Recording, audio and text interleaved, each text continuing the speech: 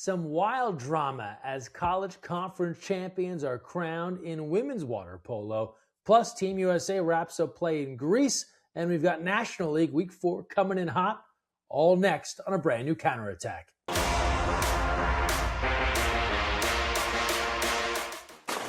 Hi everyone, Greg Mescall here. Thanks for joining us on the counterattack here on Overnght and USA Water Polo. There was that old slogan, TNT knows drama, from the cable channel. Water polo knows drama. If you watched any of the college conference championships this past weekend, it was just dramatic, nonstop. MPSF in Berkeley, rain, thunder, all leading to a rematch of the NCAA title from last year, USC and Stanford.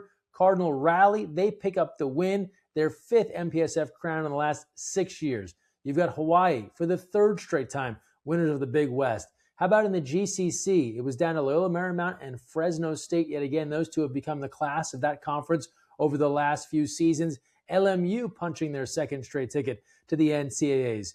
We stick West Coast, WWPA. How about a team that's never made it before? Concordia. We saw the men make their debut last December. Now the women, the Eagles, on their way to their first ever NCAA championship tourney. And then you got to go back east. Harvard in Ann Arbor. There's Golden Goal, and then there's what the Crimson did. Ridiculous. 4 Golden Goal overtimes, and they finally outduel longtime rival Princeton.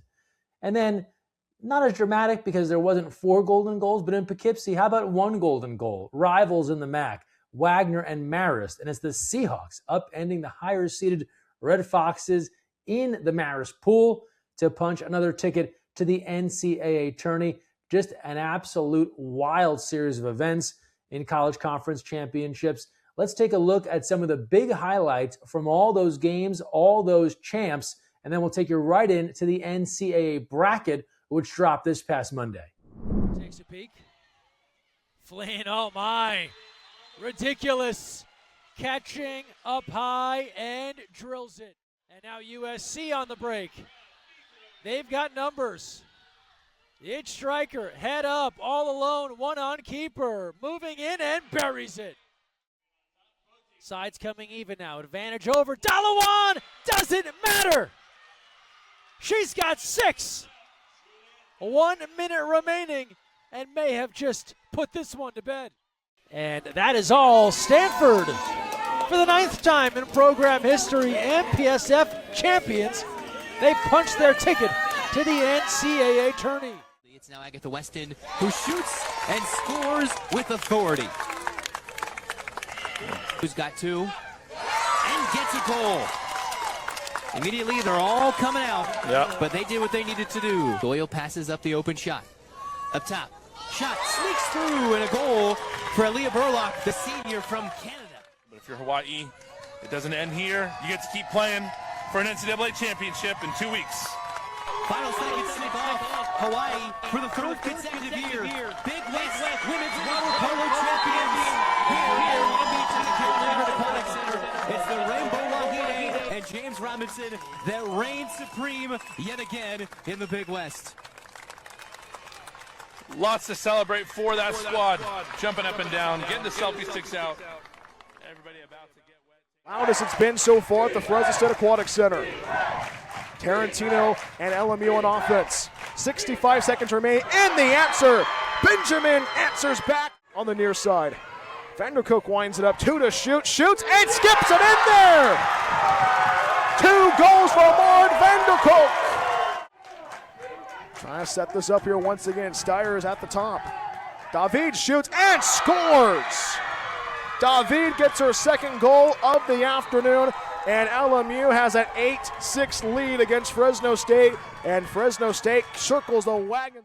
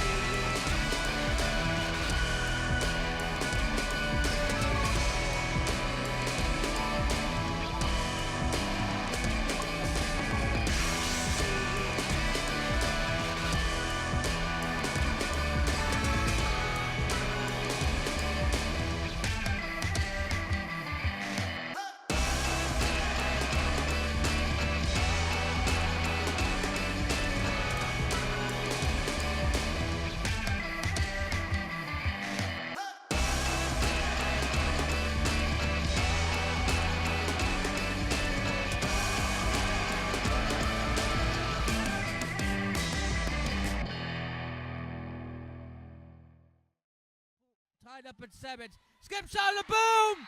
Boom! Shakalaka! Ella Schneider! Harvard goal scored by number 7, Ella Schneider. Her first of the game.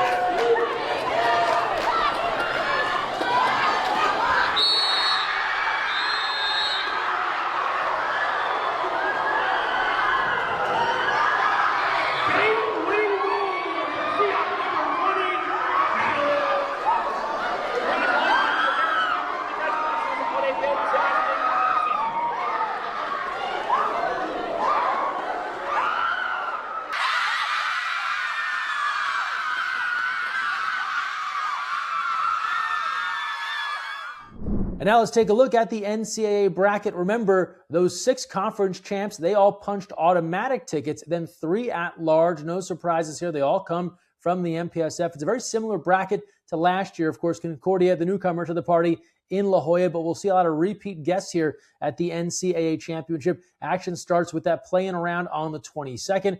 Then we get the quarterfinals, semifinals, and finals, quarters and semis live on NCAA.com. The finals, it'll be live on ESPNU, streaming on the ESPN app on April 26th, 9 p.m. Eastern, 6 p.m. Pacific. Going to be a stellar weekend at UC San Diego. Now, before the champion is crowned on Sunday, April 26th, we're going to have a great event in San Diego, Wonderland Ocean Pub, 12:30 p.m. Counterattack Live will be there with you, the water polo community. Team USA head coach on the women's side, Adam Krikorian, 2-time Olympic champion, Kelly Gilchrist, and San Diego Zone Olympic bronze medalist Alex Bowen, and maybe some other special guests will be there for a live counterattack. We'll break down that night's championship battle, talk water polo, free event, just RSVP at usawaterpolo.org. Come get some lunch, hang out with some water polo royalty, and we'll get you teed up for the championship final. It should be an awesome day in San Diego. And if you don't have a ticket and you're in San Diego, live watch party at the local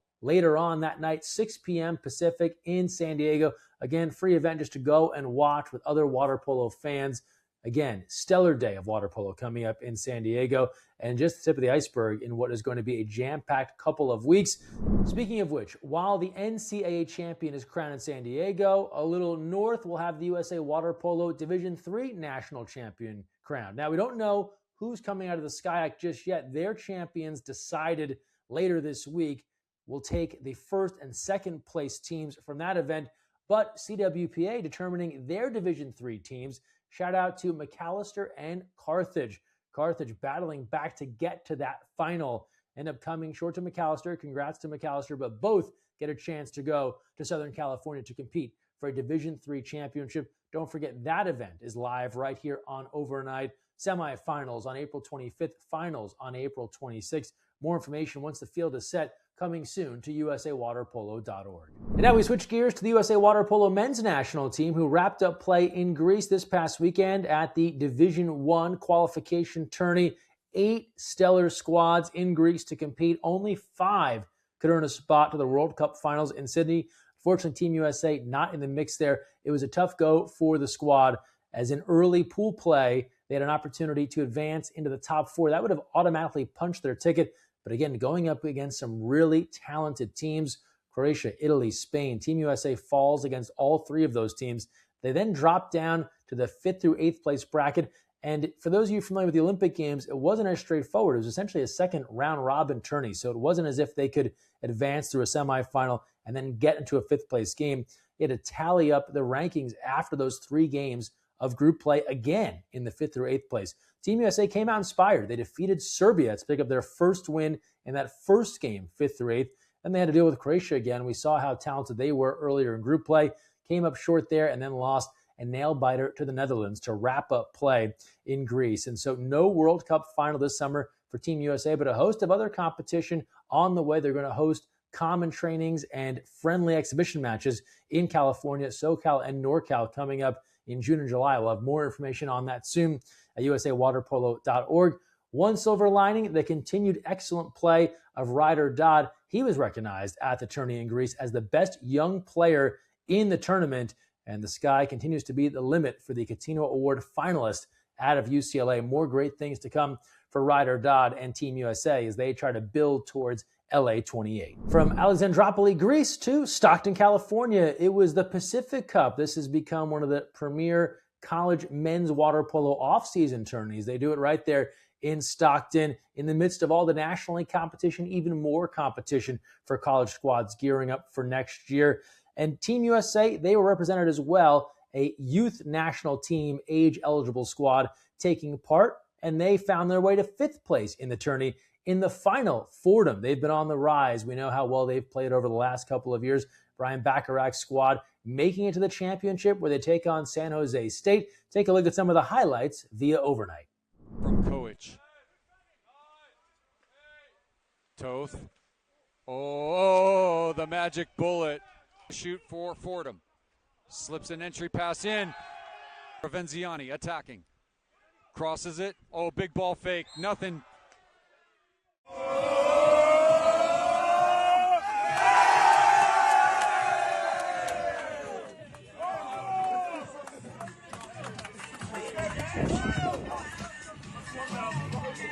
Once again, congrats to the Fordham Rams on claiming the Pacific Cup title, and then also a shout out to that USA men's youth squad, something to build on there for that group as they work their way up through the pipeline with aspirations competing for Team USA abroad in years to come. And now we turn to our big conversation, and instead of talking to just one athlete coming off this past weekend, how about we hear from a host of athletes and coaches after all the emotion, the excitement, the energy from conference championship weekend. Whether you were a team like Stanford, the defending champs, who expects to go to the NCAAs. In fact, did you know, in La Jolla, they'll have now marked 25 years of NCAA championship tourneys, and Stanford has been in every single one of them. Or a team like Concordia, the joy of punching the ticket for the first time. That's why we love the postseason here in water polo. Take a listen to some of the remarks, the reflection, the excitement, the sheer joy coming off of earning a trip to the NCAA tourney. Going on to San Diego to the NCAA tournament. So going into this, you guys were down the first half. Going into the second half, it changed the mindset. What had happened? Walk me through that. We just came together as a team. We came in our huddle and looked at each other. We've been prepping all year for this, all of our hard work, and came together and finished it out like we always do. Yeah, I think this is a team, this is my 5th year here, and we always are competing with them. They're a tough team, but we're tougher, and we've been, again. Yeah. Alrighty, and last question, how are you girls preparing for the next tournament? Yeah, I mean, we're going to celebrate this one for sure, but Tuesday we'll be back on the film, back to practice, and we'll be ready. Perfect. Congratulations to you girls, and this is all yours. And the Lions of LMU, the #1 seed, showing why they're the #1 seed. Anna Tarantino stamps LMU's ticket to the NCAA tournament. The Big West Championship MVP, Agatha Weston. Put it into your own words, Agatha, what it means to win here in Long Beach today.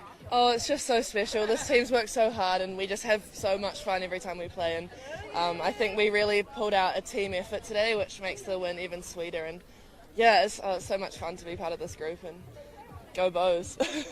It's 3 in a row for you guys. What is it like to continue to win year after year and continue as the favorite? Yeah, I think we do a really good job of just staying present and staying in the moment and leading with a gratitude attitude, and I think that's what gets through, and it's each game at a time, each season at a time, and yeah, let's keep going. Any final words for you guys next week and seeing where you guys go to La Jolla? No, I think we're all just so excited to get another 2 weeks together. Like, we all love each other, we're sisters. 2 more weeks together is so special, and yeah, back to work and see you in the pool. I think we just really battled out there. I think having this as our first game and having a bye yesterday, we definitely had a lot of jitters going into this game. You can kind of see that in the first quarter and just being a little sloppy, but I think just continuing and doing what we do best as USC and just continuing pushing forward. And you kind of see that translate throughout the game, and yeah, I think you did a great job today. But I'm really proud of our group and our resiliency. I think that's something that we really stuck with, and just have this next play mentality, and we really fight, and we're relentless in our drive. And again, I'm really proud of them and being fortunate that I get to coach them. No, we're sticking to our plan. It's a simple plan, and look, the postseason is always a new season. I think they're embracing that. It's about us going forward with confidence, playing together, doing what we've tried to do since the beginning, but just refining that and making it even better moving forward. And tomorrow's going to be a great test for us, and it should be fun for all of these women. Playing at home, it's always nice. That's a big asset in our court. We love playing here. I think our team came out fired up to establish ourselves as the top team in the nation. We really wanted to dictate that against them, get a good start for the tournament. And my team showed up. It was each quarter kind of had a different complexion that we had to make adjustments on. And so I think, again, playing at home and playing fast and furious and then having to keep up with us and in our style of play, we kind of dictated a lot on both ends of the pool. It means a lot of determination, and I find it really inspiring, trying to inspire younger athletes, female athletes. Concordia, after their first WWPA championship title. Head coach Casey Greenawalt, you guys are headed to nationals. What's that mean to you in the program? We're really excited. We've been working really hard all year long, and actually for the last few years, but just for us to see the results come after all that and not skipping any process steps and just putting the hard work in. I mean, really, these girls have grinded all year long, the ups and downs, been lots of things that we've had to face and injuries and all kinds of things, but to put it all together at the end in a defensive battle like this was a lot of fun. Well worth it for sure. Anna Tukas, you guys won the West region. You guys took home a championship in front of your home fans. What was the environment like, and what was it like celebrating with your teammates in the pool? It was super fun. We were really grateful that everyone came to watch our games, and everything was so fun. And I couldn't believe it still that we won, and we tried our best and we played our best, so I think we deserved it. First teamer and tournament most outstanding player, Jaden Soto. You guys played 2 defensive battles in the semis and finals. What'd you see out of your defense, and then what'd you think about your individual performance in taking home the title? I say great job on communication for my defense. We have been working hard the entire season, trying to improve our communication and improve our plays. Great job to our ladies overall. I think we've done an amazing job this season. And first off, glory to God. He is the reason why we are here in this great position with this amazing team, with this amazing group of individuals, and our coaches as well. Glory all to him, and it's been such an amazing season and an honor to work with these people. I'm super excited to see what the rest of the season brings. More of that to come in a couple of weeks. We'll have full coverage on the ground at the NCAA Championships in La Jolla, as well as the Division III Championships, wherever they may be held in Southern California. Going to be an epic weekend of women's college water polo as we close out the 2026 season. Now we turn to our Malmston goal of the week. And while this team didn't win a championship at the college conference tourneys, they did make history. Arizona State finishing up their season this past Sunday in Berkeley, and it was the Millie Quinn Watch, the star from New Zealand, originally started at Cal, transferred to Arizona State, where she became one of the most elite scorers in the entire college game. Came into her final game needing 5 goals to set the MPSF record for most goals scored in a career. Do you know how ridiculous that is? The scorers that have come through that MPSF league, you're talking about NCAA champs, Catino Award winners, Olympic gold medalists, and it would come down to this final goal late in the 4th quarter. History for Millie Quinn. Here's the Quinn.